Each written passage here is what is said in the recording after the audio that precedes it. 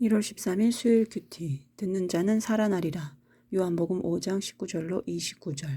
요약. 예수님께서 유대인들에게 아버지께서 행하시는 것을 아들도 행한다고 말씀하십니다.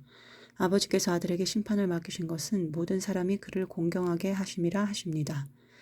예수님의 말씀을 듣고 하나님을 믿는 자는 영생을 얻는다고 말씀하십니다.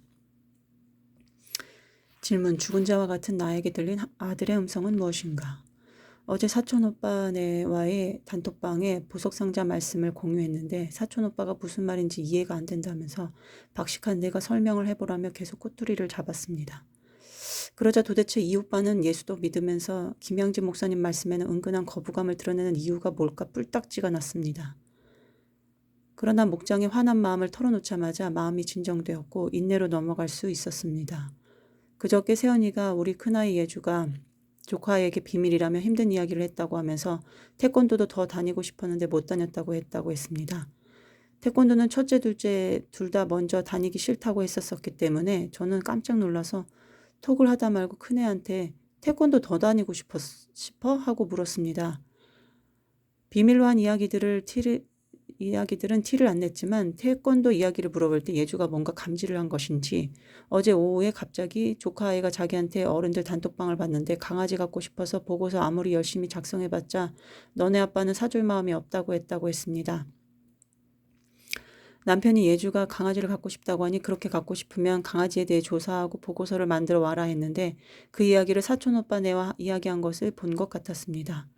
그게 안 사줄 생각으로 그렇게 이야기한 것이 아닌데 웃으면서 이야기하니 조카아이가 보고 오해를 한 것 같았습니다. 저는 조카아이가 버릇없이 어른들 단톡방을 훔쳐본 것도 화가 나고 아이를 버릇없이 키우는 사촌 오빠네한테도 짜증이 났습니다. 그러나 비밀로 한 이야기들을 까발려 이야기할 수도 없으니 어찌해야 할까 고민이 되어 목장에 여쭤보았습니다. 목장에 털어놓고 나서 저 자신의 마음을 곰곰이 생각해 보았습니다. 지금 할 수 있는 일이 뭘까 생각하다 보니 다른 사람한테는 이야기할 것이 없고 예주한테는 이야기를 할 수 있겠다는 생각이 들었습니다.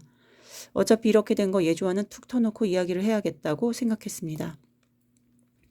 그래서 예주와 단둘이 이야기를 하였습니다. 사실은 엄마가 아무개 엄마한테 이런 이야기를 들었어. 어떤 얘기를 했었는지 자세히 말해줄래? 묻고 내가 부족한 엄마인 것은 맞다고 말해주었습니다. 예주는 엄마 아빠가 한 일에 대해 말해줬지만 힘들다는 얘기는 한 적이 없다고 했습니다. 저는 우리 집은 아무개랑은 달리 아이가 셋이라서 분위기가 다를 수밖에 없는 것이 있어.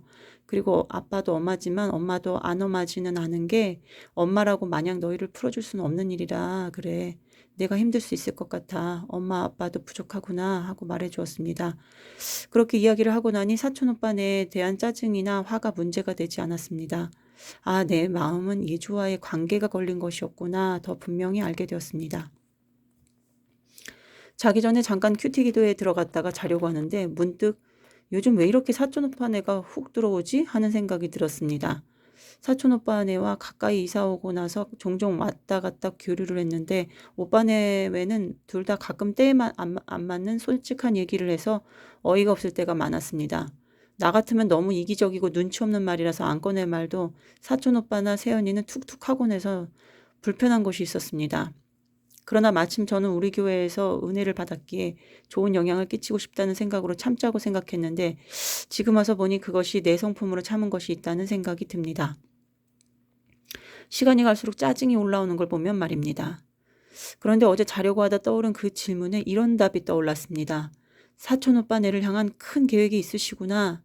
이 마음이 떠오르자 짜증나던 마음은 주님의 계획이 몹시 궁금한 마음으로 바뀌고 설레어졌습니다.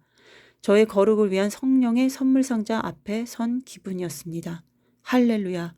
오늘 말씀에 주님은 지금이 바로 죽은 자들이 하나님의 음성을 들을 때라고 하십니다. 구원에 대해 무지하고 죽은 자였던 저의 귓가에 살아나라고 말씀을 주십니다. 주님 감사합니다. 영생의 말씀을 주시오니 감사합니다. 주여 계속해서 제게 말씀하옵소서. 일으켜 주옵소서. 성령의 부활로 이끄시옵소서. 풍성한 생명이 넘쳐 흘러나게 역사하옵소서. 나는 죽고 오직 주님이 사셔서 이 일을 이루시옵소서. 주님 예수 그리스도의 이름으로 기도합니다. 아멘. 적용. 나의 모든 삶이 구원의 관점으로 부활하게 해달라고 기도하겠습니다. 아이들과 여전한 방식으로 큐티하겠습니다. 수요 예배를 위해 스케줄을 조정하겠습니다.